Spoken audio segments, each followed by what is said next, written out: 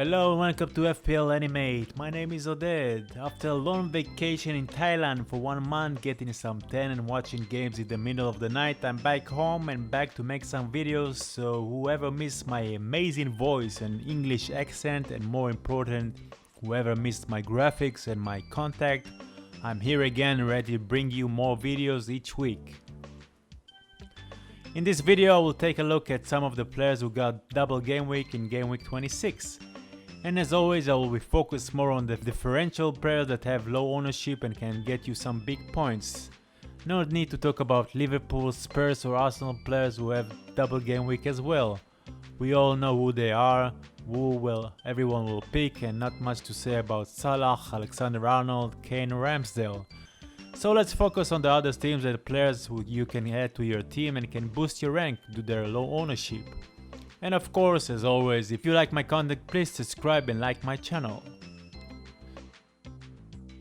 So the first team I'll be focused on is Burnley, from the lowest point in the Premier League and with only 1 win in the last 21 games. Burnley faces their biggest struggle to stay in life and avoid relegation. The good news are that they have 2 double game week in game week 26 and game week 27. They play the fewest games among all teams in the league and have a chance to get some points and climb above the red line. The bad news, they will play 4 games in 11 days, and against teams that are not in the top of the table but considered better than them. But as we saw against Liverpool in game week 25, Burnley can and should play better as both sides of the pitch. The defense seems more stable in the last 4 games, conceding only 2 goals in the last 4 matches. And the attack seems more free and more creative with the fresh new blood coming in the striker position. At first, Weghorst's signing looked like replacing one Chris Wood for another. Seems same kind of player with the same size, one that will wait in the box for passes that will come his way. But Weghorst is another kind of striker. He doesn't wait for balls, he's more of a creative player who can start the attacking in the middle of the field or dribble it by himself. For his height and size, it's quite surprising to see him do that, and it's well shown in the game against Liverpool that he embarrassed their defense again and again and made several opportunities to score and deliver some key passes as well. He played only 3 games so far, all of them at home, and got only 1 return, but his shots per 90 minutes are high, and so is his key passes for only 3 games. For now he is flagged and suffered a leg injury.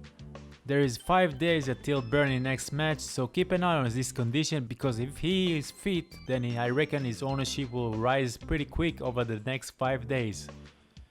With the lack of points from almost every strikers in the league these past few game weeks, he can be an excellent choice. Mostly because of their double game weeks 2 weeks in a row. If the matches were easier, I suppose his ownership percentage would be in double digits by now, but again, you can never know what will happen, and it's 4 games in 2 game weeks. Brighton away will be the main test for him, because we all saw how fragile Spurs and Leicester defense are. Crystal Palace away can be tricky as well, but if you can face Liverpool defense, I think he can manage those defenses as well. 3 away games are never easy, especially for a team who need those points so much. But if he is fit, he should be the first choice among all the strikers for this double game week. If he's not going to be fit for the first game, he should be ready for the game against Spurs at home, so you still got him for 3 games in 2 game weeks. But if you really want to take a major differential, maybe Rodriguez can be the one. He is a slight rotation risk, but I'm sure he will start a couple of games at least. Mostly if Weghorst won't play the first game and Vydra is still on the injuries list. He played well and scored against Manchester United and was close to score against Liverpool as well. As much as I know, he's on penalties as well, but that's not certain. With his low price and ownership, he can be a big differential, and his numbers per 90 minutes are just as good as Weghorst. Burnley played 4-4-2 and sometimes Lennon or Konat take the other position of the other strikers, but in the last 2 games Rodriguez started alongside of Weghorst and looked pretty good. So I'm guessing he will start, but hard to say if he will start all of those games or come up as a sub. Konat on the other hand is pretty much nailed, but he hadn't had any attacking returns in the last 3 games since he returned from AFCON. But he is still a force to be reckoned of. With only 5.9 million cost and 0.7% ownership, it seems unreasonable not to bring him in for those game weeks. He can score against any team. He is on set pieces as well, and his power and dribble can cut through any defense. And last is Ben Mee if you want to risk and place a Burnley defender for those double game weeks. As I mentioned before, Burnley is in the last 4 matches conceded only 2 goals. Manchester United and Liverpool had to struggle real hard to get those goals.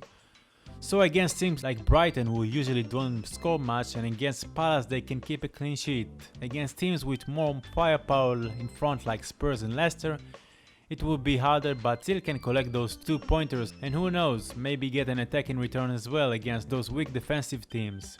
Usually I recommend Lowton as the main defenders to pick, but he hasn't played 4 games in a row now, and Connor Roberts took his place.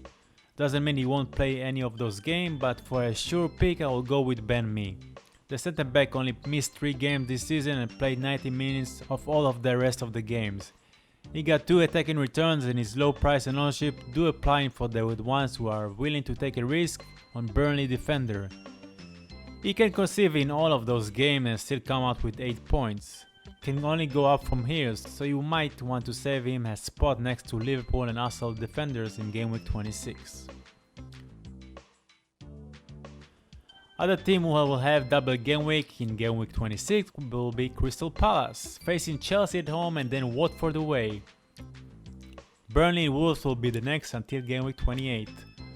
Palace's last win was in game week 20. Since then they lost twice and drew 3 times. In the last meeting against Chelsea in game week 1 they lost 3-0. They concede almost in each game but do score a lot more goals. They rank 8th in the terms of scoring goals in this season among all the teams, and they got the players to do so this year as well. We kind of forget about Zaha this year. With Gallagher breakthrough season, Edouard scoring goals, and Olsey, the new fresh young player that getting a lot of chances right now, we forgot the man that was there all these years and still produced decent numbers. Not like in recent years, but still a force to be recognized, and with his drop of price can be a real bargain for the upcoming games of Palace. If he is fit, he's pretty much nailed on penalties and almost 2 shots per 90 minutes. The game against Chelsea will be hard, even scoreless regarding Palace, but the worst teams that Palace scored this year against Chelsea, and it's all it needs is 1 penalty given for Palace or 1 good strike from him to get some point. After that he and Palace face Watford, team that love to conceive goals, so he might be a good option with his price now and lowest ownership than Gallagher, who is going to miss Chelsea. But Gallagher is still owned by many even though he got only 4 returns since game week 12. The main reason people are still holding him is his price of course, and because he is on set pieces. Most of the games he still play behind the 3 front players on the second line and mostly come from the back to support the offense. He is still of course a good option, but the downside that he won't have a double game week, so people may probably go for Olsey even though his spot is not guaranteed as well as we saw in the last game week. Other option for Palace is of course Edouard, that got a lot of transfers in the past 2 game weeks but started only once in those games and didn't get any return. So people still hope he will start both games and produce a lot more. With 2.5 shots per 90 minutes he should get more returns, especially in the game against Watford. And again, to go with him is as good as going with the premier strikers in this point. Everybody blanks, but at least he got 2 games to do better. And finally, a defender who might get 1 clean sheet in his double game week, but I doubt it. Chelsea had the highest chance of scoring this game, and Watford after 3 scoreless games will have to put some balls in the net. But again, he got double game week and he's nailed. Got couple of attacking returns as well and pretty cheap, so he may gain 1 clean sheet and may end up with 4 points in 2 games. It's up to you if you got the space in your team and the courage to place him there. And the final players to consider for the double game week 26 are Wolves defenders, who keep doing a great job and keeping a clean sheet game after game.